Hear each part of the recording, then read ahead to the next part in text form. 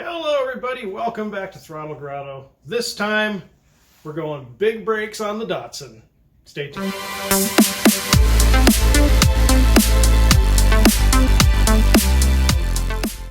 Hey everybody, welcome back. You guys have all been waiting for this. I'm not going to get into a big explanation about it, but if you're not familiar with it, we're putting on the big brake kit from Spriso Motorsports. I want to grab the camera, head over to the workbench. I'm going to show you all the parts that I had to wait for and source so that I can do this installation. So let's get to it. All right, you'll have to pardon me if I get sniffly today because it's 30 degrees in the shop. So I'll try to keep from sniffling on camera. So anyway, here we go. This is all of the stuff that we needed for the big brake conversion. So we'll go through them all real quick here. So I have a 280Z, I believe this is a 7/8 master cylinder with brake line adapters because these are metric.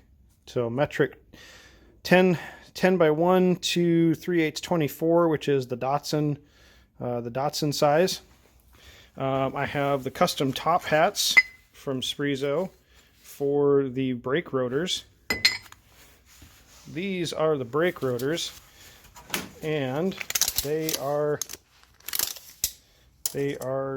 huge. They're almost 11 inches in diameter. So this thing is going to be a beast. Brake pads, I just got these off of Amazon. Some Z32 turbo calipers. These are the aluminum Sumitomo calipers, and these are the 30mm version. These are the caliper adapters for the calipers to mount. And then I have a whole various sorted hardware, including new studs.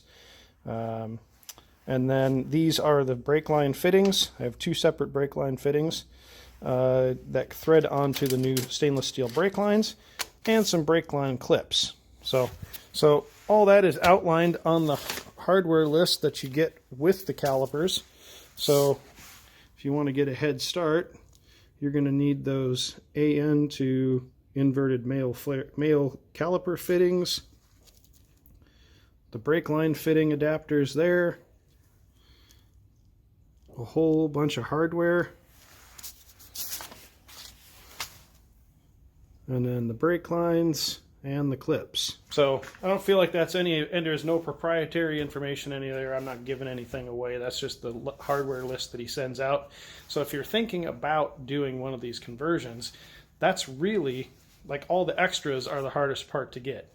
The rotors took about 2.5 weeks. The top hat adapters and the caliper adapters came pretty quick. The brake pads came from Amazon. Those came quick. The calipers, depending on where you're getting them, might take a while. So if you're going to order a set of calipers, save yourself the headache and order the rebuild kit at the same time. If you have compressed air, they're very easy to rebuild.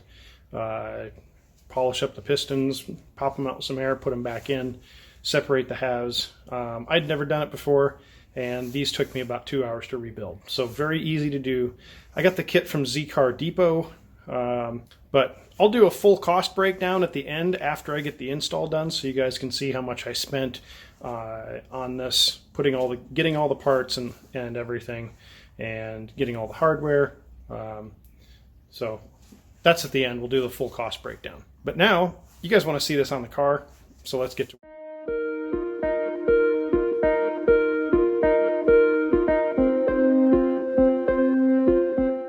Now that we have the stock rotor and hub assembly off, we need to separate the two. If you look on the back here, there's some bolts that we have to access through the backside. And just for comparison, the stock rotors are also 11-inch, but they are definitely not they're not as thick of a material. They're not vented by any means. So we're adding a lot of heat dissipation and a much stronger caliper to the front of these cars by doing this brake swap. So let me pop this apart here real quick. Hopefully this comes off easy.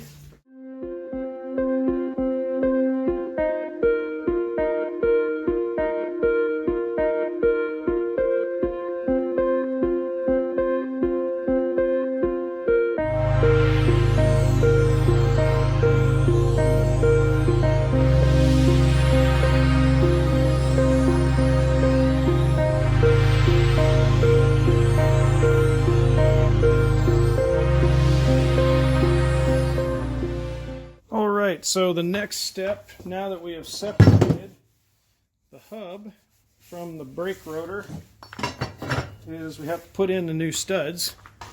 So you're going to need a press or a machine shop for this step.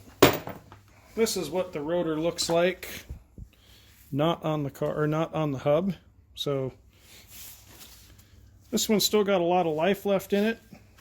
Maybe someone will want this as a spare part to have turned and reuse it. So it won't go in the scrap bin.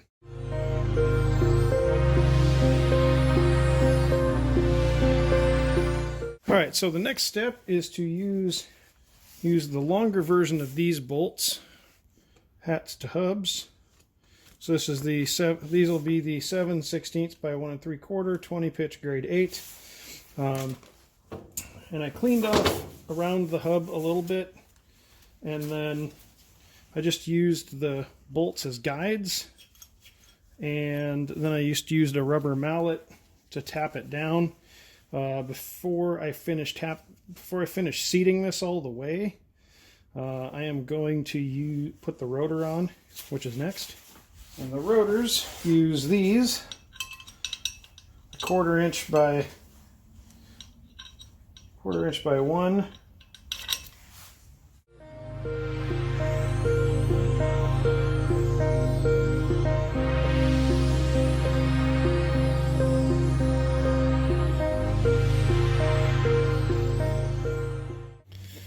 And these get the rotor to the hat get torqued to 11 foot-pounds.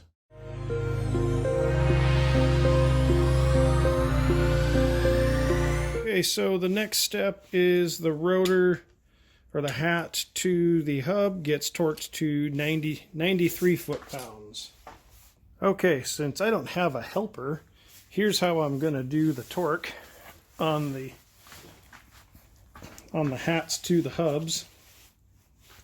I've got my pry bar set in here, and I'm just going to use that to hold it in place. I'm going to hold the rotor so I can drop it, and it actually needs to go that way.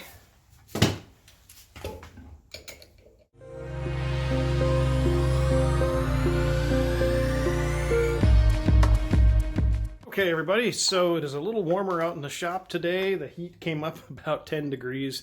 Much more comfortable to work out here without a jacket on. So one thing to remember is when you order these rotors, they are directionally vaned. So make sure when you're setting things up that you do it, the rotors that you want on the right are on the right, and the ones that you want on the left are on the left. So they direct air out of the channel of the brake instead of forcing it in. I made that mistake yesterday, so in order to do the right side of the car, I had to pull the right side off, and instead of taking all of this off again, I just did the side. So I got to do it anyway. So, all right, our next step is that we have to do some work on the spindle area here, and we need to pull this adapter off of here because this piece is getting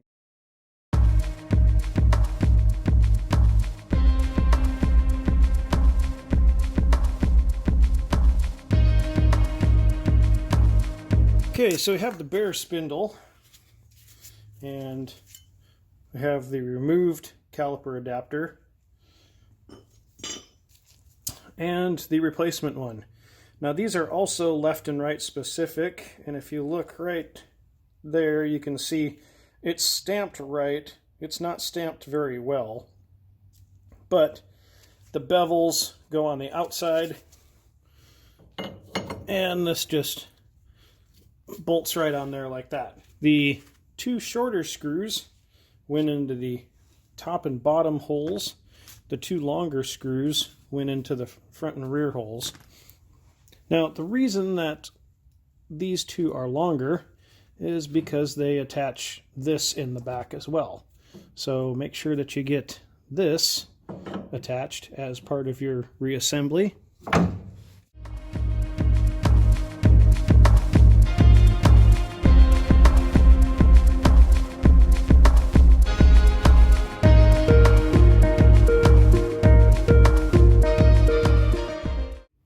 Now, these bolts get torqued to 59 foot-pounds.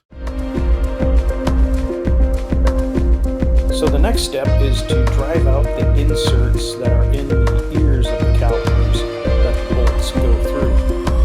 We'll need to take those out so that we can reverse them and drill out the threads.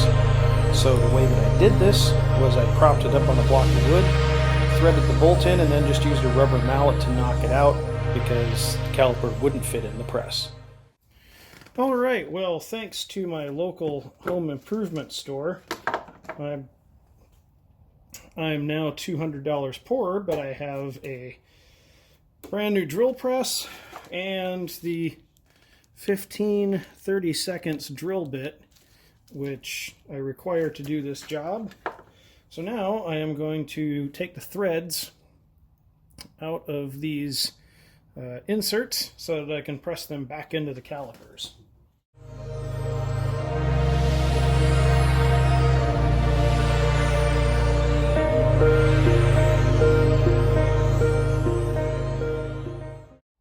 Alright, so after you're done cursing your new drill press to the point of oblivion for being a underpowered piece of equipment, we are going to press these back into the calipers this way, the opposite of the way they came out. I'm going to take this little clip off of here, watch everything fall over in sheer frustration, trying to do this one-handed. So now we've got these little clips out of the way, we're going to press these back in. Okay, so with my Harbor Freight 6-ton press, I don't have enough room, and I've already modified this thing beyond its designated usage. I don't have enough room to get the bushing back in the caliper. So I'm going to have to do this with the vise, maybe a rubber mallet, maybe some frustration. But sometimes it's better just to pay a machine shop to do this stuff and quicker. Sometimes you learn things by doing it on your own. Alright, let me show you what I came up with to ease my frustration on this project, and hopefully ease yours at home as well. So we have the caliper. I took a block of wood, wedged it down into the caliper. This is just a piece of 2x4 I had laying around. Got my little quickie clamp here.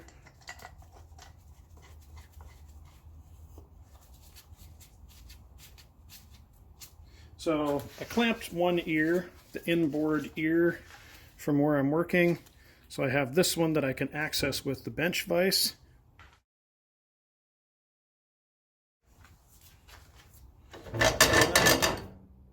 Use the bench vise to press it in.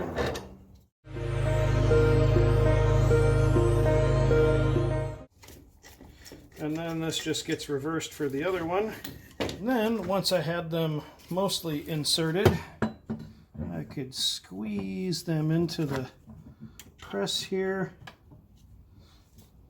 and just give them a little extra nudge.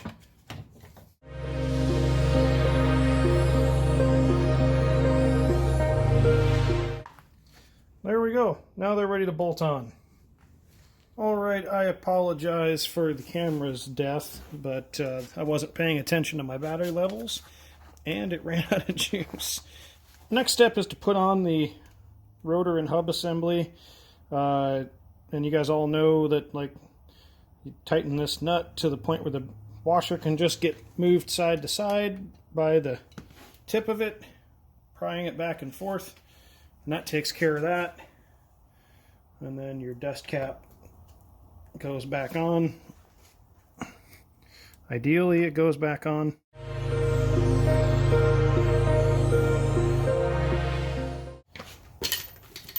Now at this point, you'll want to make sure your rotors are wiped down.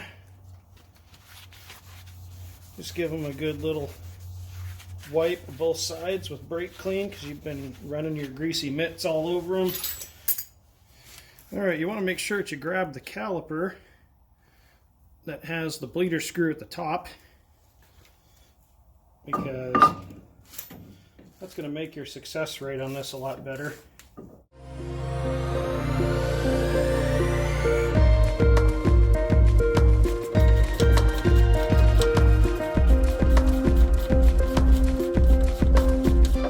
Alright, so at this point the caliper is on. I didn't see a torque spec in the papers for the caliper to the adapter, but I used the German Gudentite as a guide, and I didn't throw any ugga-duggas on it, but I figured Gudentite is good enough for now. Alright, so next is brake pads, and these just slip in here real easy like that. Okay, one thing to be careful for when you're putting in the brake pads, or careful of, is there is this anti-rattle clip on some of the aftermarket pads. Apparently the factory pads don't have it, so you have two options. You can either run this pad on the inside where it doesn't have any fouling issues, or cut them off and then it doesn't really matter. Okay, so putting in the brake pads is super easy. You just have these pins that the pads slide on like that. And then there's a hole in there for a cotter pin.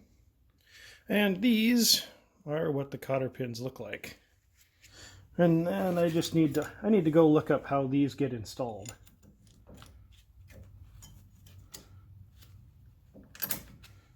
Most likely just like that. Okay, next step is to install the brake lines. You have your brake line and your two adapters. The dual threaded adapter here goes on one end. The male to female one goes on the other end. And as you might imagine, this end goes onto the caliper. And this end here goes to the Roadster brake line. For your info, that one goes together a little stiff. So I would put that on, put this one on, snug them both up, preferably with the right size wrench.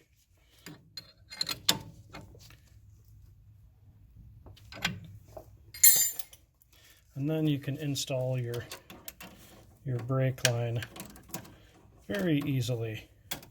So easy, even a one-handed YouTuber can do it. And then, of course, don't forget to tighten up both of these ends. Alright, so the next thing that I have to do is swap out this old master cylinder for the new one. Fairly straightforward. There's a couple of nuts there on the firewall.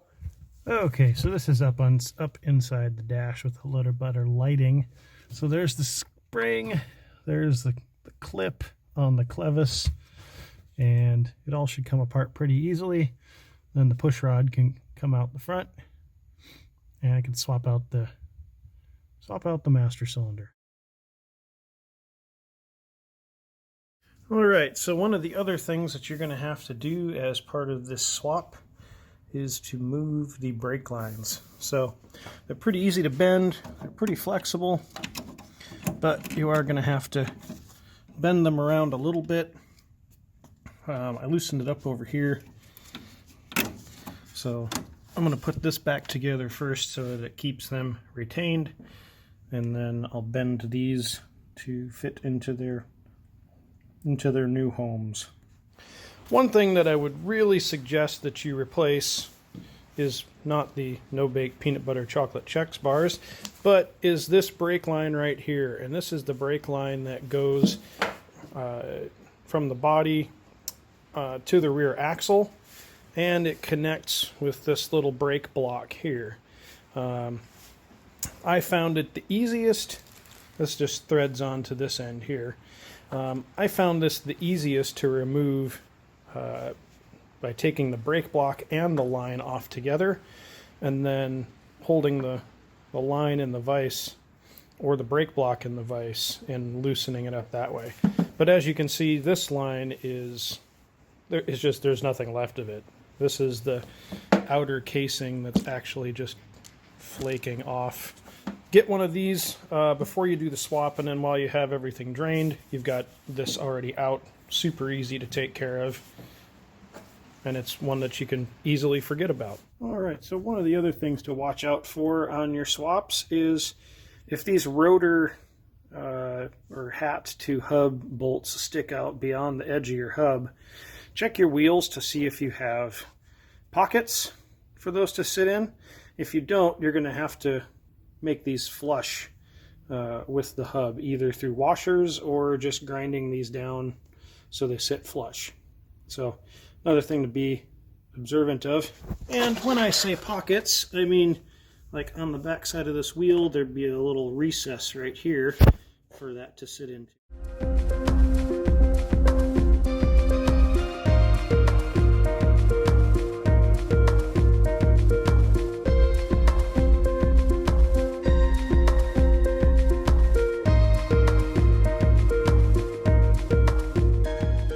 Is the brake job done? I've got my helper stick in there right now, maintaining some pressure on here because my rear brakes aren't working yet. So I have some work to do to figure that out. But front brakes are working pretty good. All right, so that's everything that's involved with doing the brake swap, except for one thing, the wheels. I ended up having to buy a set of wheels to make this brake swap work. I want you guys to know beforehand what it takes to actually make this brake swap fit on a car. There's two things you're gonna need, and I'm gonna have to look them up because I made a note on my phone. All right, so there's two measurements that are extremely critical to doing this brake conversion. One is the measurement from the caliper, of the outer point of the caliper to the center of the hub, which basically determines the diameter of the wheel that you can run. That's 150 millimeters on this setup. So I took the calipers and measured from the center of the hub out to the edge of the caliper, where it's the furthest point out. That's 150 millimeters. So you need that much clearance from the center of your wheel to the inside of the barrel. So generally a 15-inch wheel will fit. The other part, that's the problem, is the hub face to the highest point on the caliper, which is the lettering on the caliper where it says Nissan. So looking at this setup, I can't turn the wheel because I got my stick in place. So from here, the face of the hub, to here, the face of the letters, which is the highest point on the caliper, is 38 millimeters. So you need to have that measurement. So if you look at the back of your wheel, and pardon me, these are really gnarly looking on the back side. From where your wheel sits on the hub to the spokes needs to be 38 millimeters of clearance. Otherwise, you're gonna hit the calipers. So you can fix that with spacers. Unfortunately, on these wheels, they're so flat, I wasn't able to fix it with spacers because I would have had to come out 20 millimeters, which would have put the wheels outside the fenders about here. And honestly, I just wasn't happy with that. I wasn't happy with having to run a 20 millimeter spacer. My wheels didn't have pockets for the edges of for the lugs on the spacers to fit into. So overall, that was just not going to work for my scenario. So unfortunately, I had to buy new wheels. So let's total up what this project costs. How much did this swap cost me to do? And the answer is a lot. Part of that's my fault. Part of that is consequential. I'm not going to put blame on any of the vendors because Spriso does explicitly say that you could need spacers on your wheels depending on the offset of your wheel and the design of the wheel. Your wheels may fit, they may not. So hopefully you can measure with those statistics that I gave you before you order your brake kit so that you know if you have to budget for wheels or not. All right, so let's add this all up. I've already done it once. It hurts.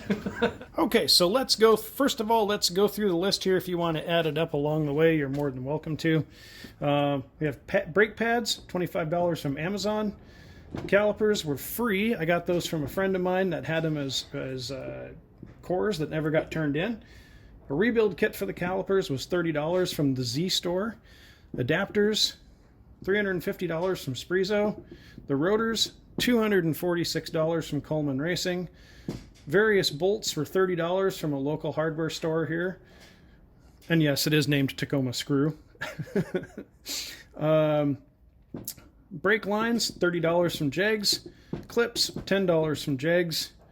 The line adapters for each ends of these brake lines. The stainless lines were $30. I got those from a couple different vendors, and that includes shipping. Master cylinder was $75 from AutoZone. The adapters for the master cylinder to the stock brake lines were $15 at Williams Oil Filter, a local hose vendor here. The rear brake line that I replaced, $25 from Williams Oil Filter. All right, so the total for all of this up until the wheels, $866. Now we're also going to add in $900 for the wheels, $90 for mounting and balancing, which will take us to $1,856. These don't really factor into the swap cost, but they were spent as part of doing the job. So I would have had to spend some of this money on a machine shop if I didn't do these things myself. And it may have cost me about $70 for machine shop time. The drill press I begrudgingly bought because I needed one. So if I add in those things that are kind of optional, it's $21.16. So that is what it costs to do this swap. The bare minimum is going to be about $860 plus some machine shop time. So you're probably be in that $925 range by the time you're on the car.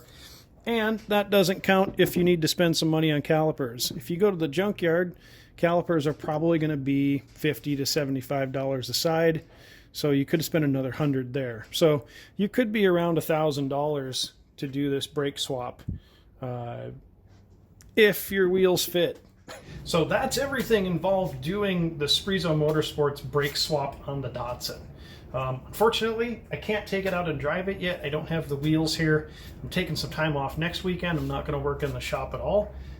So I wanted to get this video done this week so that next week I don't have to worry about it while I'm on vacation. So hopefully these tips and pointers and everything gave you a good idea of what it's going to take to do this brake swap on your Datsun. I've still got a lot of work to do on this car before it's ready to drive. So that's all for tonight. Thank you guys for watching. Until next time, get out there and work on something.